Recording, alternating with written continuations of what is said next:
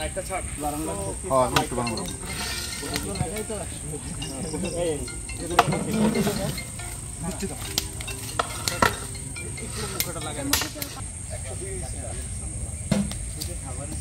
ওইখানে কয় প্যাকেট আছে? 102 প্যাকেট চলে গেছে।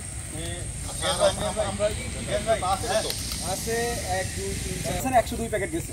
136 প্যাকেট এক পাতিল হয় ভাই, 136 এর বেশি প্যাকেট গেছে, কিছু গোনা হয় না। এই কিছু আগে গেছে, তার মানে 150 প্যাকেট গেছে। 31 প্যাকেট চলে গেছে আমার। 31 প্যাকেট আছে দাদা।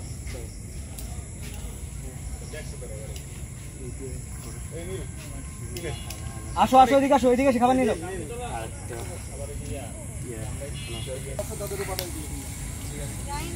যারা বাইরে আছে ওইগুলো শেষ কর, আগে ওইগুলো শেষ কর। এই আচ্ছা, এটা দিয়ে রেখে দে।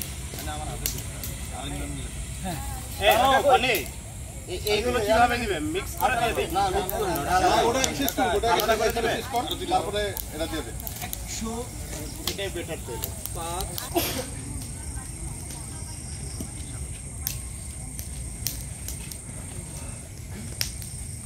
খাওয়া না খেলো।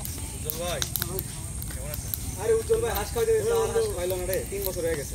হাঁস মজা ভুলে গেছে, হাঁস আর খাওয়া হবে না।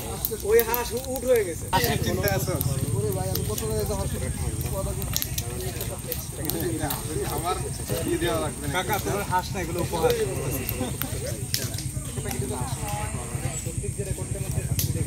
হ্যাঁ শুরু থেকে তো তুমি আগুন লাগানোর জন্য প্রস্তুত।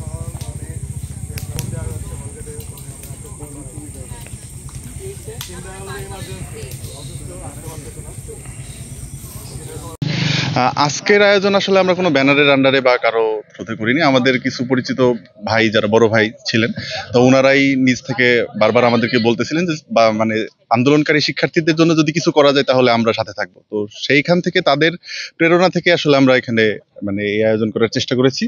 তো এখানে মূলত হল, আপনারা জানেন যে পরিস্থিতির কারণে অনেক হলে হলে যারা ঢুকে গেছে তারা আর বেরোতে পারতেছে না। তো অনেক হলে আসলে রান্নার ওরকম সুব্যবস্থাও নেই, কেউ যে বাজার করে রাখবে সেরকমও নেই। তো একান্তই যারা আসলে মানে খেতে পারতেছে না বা খাওয়ার সমস্যা হচ্ছে, এদের জন্য আসলে আমরা এই আয়োজনটা করতে চাচ্ছি। যে আমরা এখন এটা খাবার রান্না হয়ে গেছে, আমরা এখন প্যাকেট প্যাকেট করে যে হল থেকে আমরা যেরকম সাড়া পাচ্ছি যে আমাদের হলে এত প্যাকেট লাগবে বা আমাদের হলে অত প্যাকেট লাগবে, ওই রকম আমরা দেওয়ার চেষ্টা করতেছি। তো আরো আমরা মোটামুটি 150 জনকে দিয়েছি, আরো হয়তো 200 জনের মতো আমাদের কাছে রেডি আছে, আমাদের কাছে কাঁচামাল রেডি আছে। যদি দরকার হয় তাহলে আমরা সাথে সাথে আবার রান্না করতে পারবো ইনশাল্লাহ।